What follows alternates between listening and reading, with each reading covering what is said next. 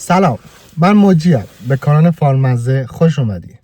ما تو این کانال میخوایم رستوران گردی کنیم، سفر داریم، چالش داریم، برنامه آشپزی داریم، مسابقه داریم، همه چیز حول هوش غذا میچرخه. پس با ما همراه باشین. برای اولین کلیپمون یه رستوران عراقی رو انتخاب کردیم که تا حالا نرفتم. یه ساعت و خورده‌ای هم باید رانندگی کنیم تا اینجا برسیم. بریم ببینیم که ارزشش داره یا نه. پس اونجا میبینمتون. خب بچه‌ها، ما رسیدیم. بریم داخل ببینیم چه خبره. خیلی خوشگله. خیلی خوشگله. امروز هم خیلی خلوته. چهارشنبه است. بچه‌ها ما اومدیم داخل نشستیم. جالب اینه که باید این منیو رو اسکن کنیم. هر کار کردیم نشد. خودش هم نمی‌دونه. حالا دو تا سفارش دادیم، حالا ببینیم بیاد ببینیم چی.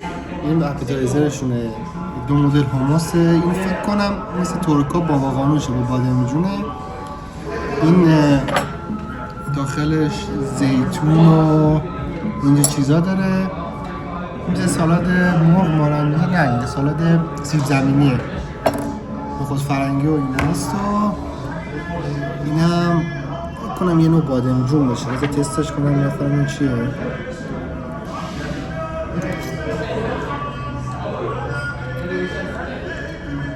خیلی خوبه. مثل بادمجون پرورده از این ترش رو خیلی خوشمزه است. ترش و شیرین با هم.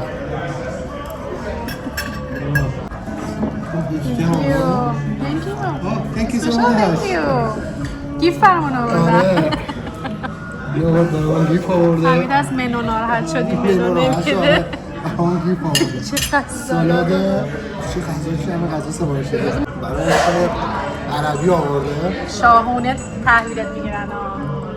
نگاه کن زغال آورده. جوشیده شیرینه. آره شیرینش آره کرده. احتمالاً بخورم. نه این چای جوشیده است.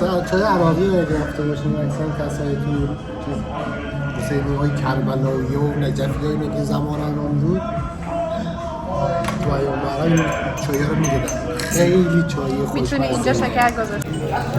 من داغ آورده بچه.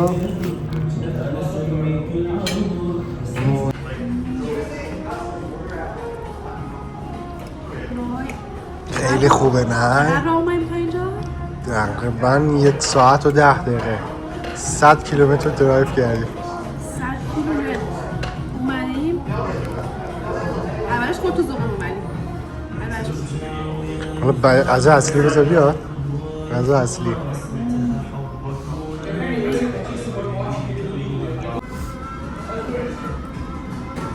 این غذاست. اسم مقبوله؟ چیزی گفت نگاه کن. وای تعدیق بادمجونه. اینم سیب زمینی. اینم گوشت است و همش گوشت است و اینجوری دیزاینش هم برمیختم. ببینیم چجوریه. این از این یه لقمه تست کنم ببینم چجوریه. یکم برنج و هم گوشت است و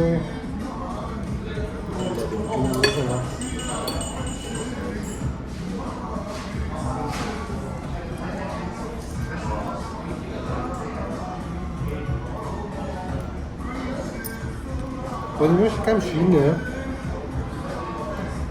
کلا بادمجونای کانادا شیرینه ولی خوشمزه است. یکم پوستش این تعدیل بوده. پوستش یکم اینجا دهن اذیت میکنه. گوشتش هم گوشت است دیگه. هم غذای بعدی اینه که مایه سرخ شده است. چقدر تورد کریسپیه.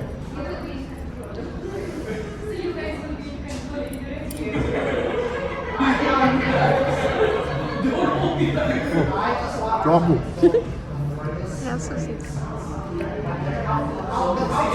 بوی زغمای ماهی اونا نمیده. خوب سرخ شده. یه لیمون میخواد. کنارش گذاشته ولی دیزاینی هست. حالا بهش میگیم بیاد. ولی عالیه. دوتون خیلی خالی بچه‌ها. گشنمه. عدش کنه با شما. به نام خدا هستم. من اخبار رو خیلی دست تو گذاشته. واقعا خودم. داره چشات گوشنه است. قبول داری؟ آره. زنم میخوام بخورم مثلا اپتایزر رو ولی دیگه نمیشه. مایی حلوا سفید. یه برشو خوردیم ولی آره. یه برشو خوردیم. اون غذا پک کردی گذاشتیم کنار. خب بچه‌ها اینم از امشب. امیدوارم که دوست داشته باشین. لطفا لایک کنین، کانال ما رو سابسکرایب کنین و اگر نظری پیشنهادی داریم حتما تو کامنت ها به ما بگین. برای کلیپ های بعدی هم سورپرایز های خیلی خوبی داریم، حتما ما رو دنبال کنین. امیدوارم که بهتون خوش گذشته. تا کلیپ بعدی، خدافظ.